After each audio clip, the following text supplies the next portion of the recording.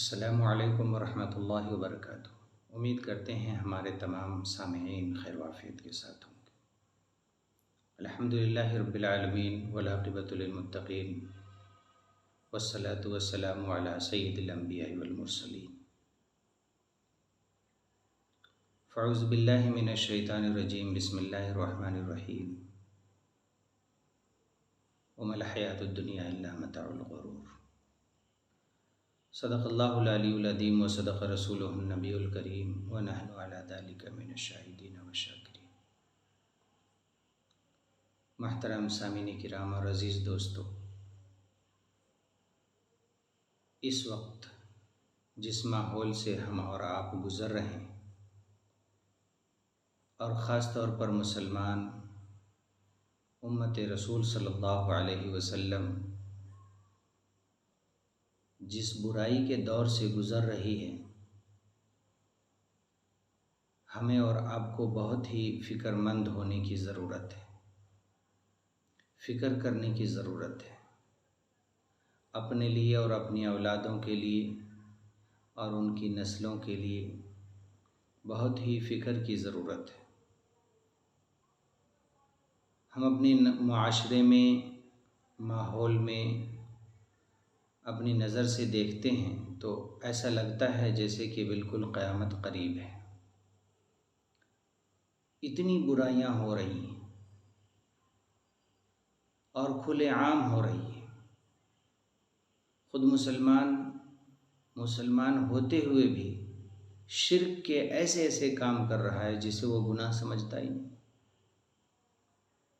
बड़े दुख के साथ, अफसोस के साथ ये कहना पड़ता है कि अहले इल्म, जानने वाले हजरात भी ऐसे शिरकिया काम कर रहे हैं जिसे देखकर लगता है कि क़यामत बिल्कुल करीब आ गई है। लोगों के दिलों से अल्लाह का डर और खौफ निकल चुका है। लोग अपनी मर्ज़ी से ज़िंदगी गुजार रहे हैं। वो ये समझते हैं कि इन्हें कोई पूछने वाला नहीं, कोई हिसाब लेने वाला नहीं, कोई इन पर निगरान नहीं, कोई इन्हें नहीं देख रहा है, कोई इनकी निगरानी नहीं कर रहा है। तमाम बातों का ख़ुलासा ये है कि मुसलमान ये समझता है कि इस दुनिया में अपनी मर्ज़ी से ज़िंदगी गुजार, और मुसलमान अल्लाह को भूल बैठा है। किसी वक्त भी, किसी लम्हे भी वो अल्लाह को याद नहीं करता। ये सबसे बड़ी बात है। अल्लाह पाक कुरान में इरशाद फरमाते हैं, फ़ज़्कुरूनी अज़्कुरुकुम, मेरे बंदो तुम मुझे याद करो, मैं तुम्हें याद करूँगा। जब हम सुबह से शाम तक एक मर्तबा भी अल्लाह को याद नहीं करते तो फिर हम किस बात की उम्मीद करते हैं कि अल्लाह हम पर रहमत फरमाएगा, अल्लाह हमारे घरों में बरकतों का नुज़ूल करेगा, अल्लाह हमारी ज़िंदगियों से परेशानियों को दूर कर देगा। जबकि सुबह से शाम तक हम एक मर्तबा भी अल्लाह को याद नहीं करते। न मर्द करता है, न औरत करती है, न बड़ा करता है, न छोटे करते हैं, न नौजवान करते हैं, न बहन बेटियां करती हैं। अपने घरों में रहते हुए भी उन्हें अल्लाह याद नहीं आता। वो सुबह से शाम तक अपनी ज़ुबान पर एक मर्तबा भी कलमा ला इलाहा इल्लल्लाह मुहम्मदुर रसूलुल्लाह नहीं पढ़ते। नमाज तो दूर की बात है, कुरान पढ़ने की उन्हें तौफीक नहीं होती। आज हम माशरे में मुसलमान घरों के हालात को देखते हैं तो पता चलता है कि हर मुसलमान सुबह उठने के बाद सबसे पहले मोबाइल फ़ोन इस्तेमाल करता है, मोबाइल फ़ोन देखता है। उसे कुरान पढ़ने का वक्त नहीं मिलता। हमारी बर्बादी का और हमारी पस्ती का ये एक निशानी है कि हम सुबह उठने के बाद सबसे पहले मोबाइल फ़ोन इस्तेमाल करते हैं, अल्लाह को याद नहीं करते, मोबाइल फ़ोन देखते हैं, अल्लाह की इबादत के लिए खड़े नहीं होते। हमारी दिन की शुरुआत ही अगर अल्लाह के नाफरमानी में हो रही हो तो हम अल्लाह से किस बात की उम्मीद करते हैं कि अल्लाह हमारे कारोबार में खैर बरकत देगा, अल्लाह हमारी ज़िंदगियों से परेशानियों को ख़त्म कर देगा। अल्लाह हमारे हालात अच्छे बना देगा। अल्लाह वक्त पर बारिश बरसाएगा। अल्लाह हमारे औलादों में दीन की तालीम दे देगा। अल्लाह हमारी औलादों को हमारी फर्माबरदार यानी माँ बाप का फर्माबरदार बना देगा। हमारी दीन की शुरुआत ही, चाहे वो माँ हो, बाप हो, भाई हो, बड़े हो, कोई भी हो, घर का कोई फ़र्द हो, माशरे का कोई मुसलमान हो, कोई भी मुसलमान दुनिया के किसी कोने में है, आज जब उसकी दिन की शुरुआत होती है तो मोबाइल फ़ोन से होती है, अल्लाह के नाफरमानी से होती है, बिस्तर पर सो करके होती है। फिर वो किस बात की उम्मीद रखता है कि अल्लाह उसके हालात बेहतर कर देगा, अल्लाह वक्त पर बारिश बरसाएगा। ये सब हम अपनी नज़रों से जो देख रहे हैं, हमारी ज़िंदगियों से बरकत ख़त्म हो गई, हमारी मालो दौलत से बरकत ख़त्म हो गई, हमारे लिए जो चीज़ें हैं उन किसी भी चीज़ों में बरकत नहीं रही। और सबसे बड़ी बात यह है कि हमारे ज़िंदगी के वक्त में बरकत ख़त्म हो गई। हम एक जुमा नहीं पढ़ते कि दूसरा जुमा फ़ौरन आ जाता है, महसूस ही नहीं होता कि 6 दिन कैसे गुज़र गए। ये जुमा से ये जुमा तक हमने क्या किया, कितना कमाया, कितना खोया, कितना नफ़ा, कितना नुकसान, दुनिया का हिसाब तो लगा लेते हैं, लेकिन दिन का कोई हिसाब नहीं करता। हमने कितनी नमाज़ें पढ़ी, कितनी छोड़ दी, इसके बारे में कोई नहीं सोचता और न सोचती है। ना माँ बहन बेटियों को इस बात का ख्याल है कि हमें मरना है, अल्लाह के यहाँ जवाब देना है। ये सब क़यामत की निशानियाँ हैं। हम अपनी नज़रों से देखें, माशरे के अंदर देख रहे हैं कि गैरों के साथ हमारी नौजवान बहन बेटियां गैरों के जलसे जुलूस में शरीक हो रही हैं,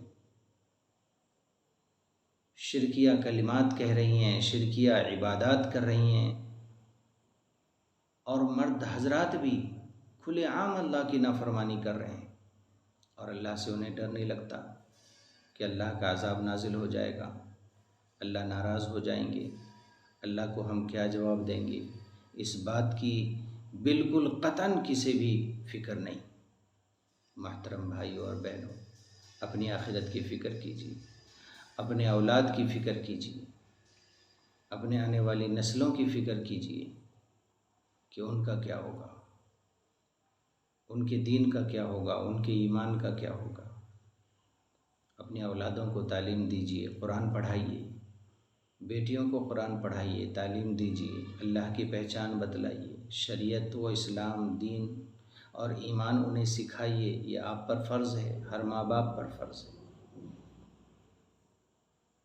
अगर हम इसी तरह लापरवाही की ज़िंदगी गुजारते रहे, अल्लाह की नाफरमानी करते रहे और बुराइयों पे बुराइयां करते रहे, झूठ, ग़ीबत, चुगलखोरी, बदकारियां करते रहे, नाप तोल में कमी करते रहे, रिश्वत का बाज़ार गर्म है और गर्म करते रहे, रिश्वत लेते रहे, देते रहे, सूद का बाज़ार ऐसे ही गर्म है और ज़्यादा सूद और लेते रहे, देते रहे, तो हमारे घरों से ईमान का जनाज़ा निकल जाएगा। हमें महसूस ही नहीं होगा, गैर तरीक़े से हमारी ज़िंदगी से भी ईमान और इस्लाम निकल जाएगा और हमें महसूस तक नहीं होगा। अल्लाह के नबी सल्लल्लाहु अलैहि वसल्लम ने फरमाया था कि क़यामत के करीब ऐसा होगा कि लोग सुबह में मुसलमान होंगे और शाम को काफिर हो जाएंगे, शाम को मुसलमान होंगे, सुबह को काफिर हो जाएंगे। वो वक्त आने वाला है। दुनिया के अंदर बुराइयां बड़ी तेज़ी से फैल रही हैं, बड़ी तेज़ी से फैल रही हैं।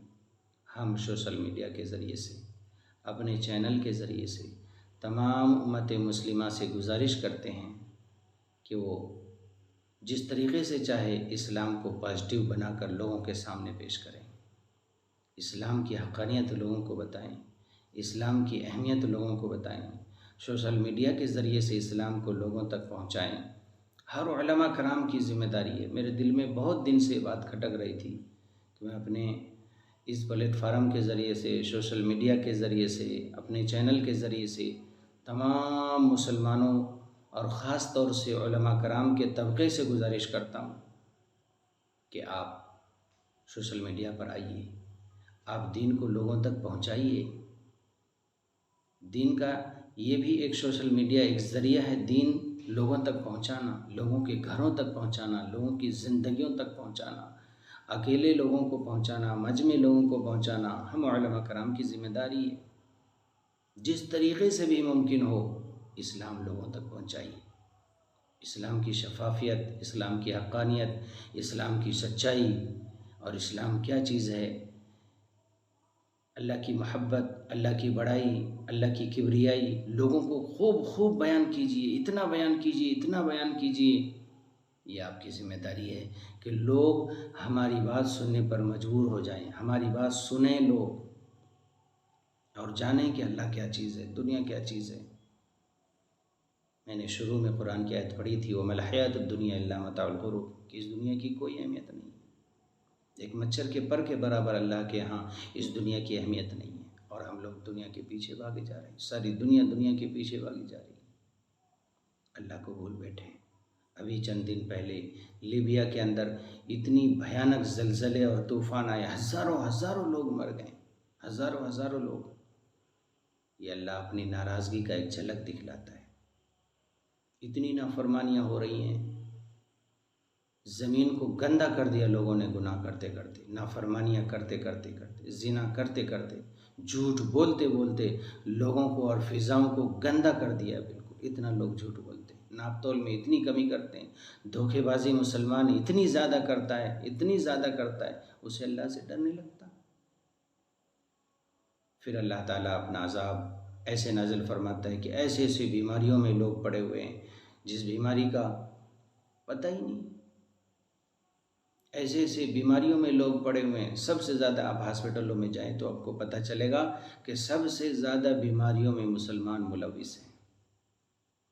क्या मर्द, क्या औरत, क्या बड़े, क्या बूढ़े, बच्चे, जवान, हर कोई मुसलमान हॉस्पिटलों में। सबसे ज़्यादा 70% मुसलमान हॉस्पिटलों में, 70% मुसलमान जेलों में, 70% मुसलमान ऐसे ही खाली फिर रहे हैं।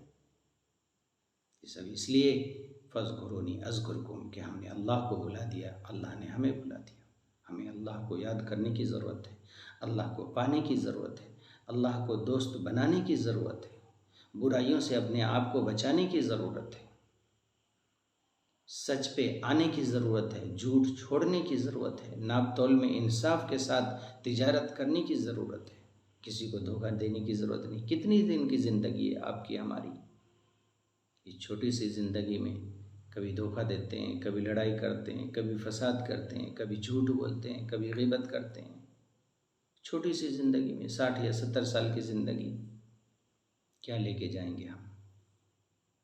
अपनी कब्र की आप फ़िक्र कीजिए, अपनी आखिरत की आप फ़िक्र कीजिए, अपनी जन्नत में जाने के लिए आप ख़ुद अमल कीजिए। औलाद के भरोसे मत रहिए कि हम मर जाएंगे तो हमारी औलाद हमारे लिए कुरान शरीफ पढ़ेगी, ऐसा कुछ नहीं होगा। 3 दिन के बाद औलाद भूल जाएगी, हमारी जायदाद छोड़ी हुई वो आपस में तकसीम कर लेगी, कोई किसी को याद नहीं करता। इसलिए मोहतरम भाइयों, मोहतरम बहनों, आपसे गुजारिश है कि आप अल्लाह की तरफ लौट आइए, अल्लाह की याद बसा लीजिए अपनी दुनिया में, अपनी ज़िंदगी में। अल्लाह की याद के साथ अपनी ज़िंदगी गुजारिए, अल्लाह की याद के साथ शाम कीजिए, अल्लाह की याद के साथ सुबह कीजिए, अल्लाह की याद के साथ अपने दिन की शुरुआत कीजिए। फिर देखिए आपकी ज़िंदगी में सुकून आएगा, आपके घर में बरकत आएगी, आपको सुकून मिलेगा अपने औलादों से भी और गैर लोगों से भी, अपने पड़ोसियों से भी। कब? जब आप अल्लाह के हो जाएंगे तब। मन काना लिल्लाहि काना अल्लाहु लहू, जो अल्लाह का हो गया अल्लाह उसका हो गया। चंद बातें दिल में आई थीं, मैंने आपसे शेयर कर लिया। आपसे गुजारिश है कि अगर हमारी बात आपको अच्छी लगी हो तो इसे शेयर कर दिया कीजिए और हमारे चैनल अल कलीम को सब्सक्राइब कर लीजिए। बहुत देर तक सुनने के लिए बहुत शुक्रिया। अस्सलामु अलैकुम व रहमतुल्लाहि व बरकातहू।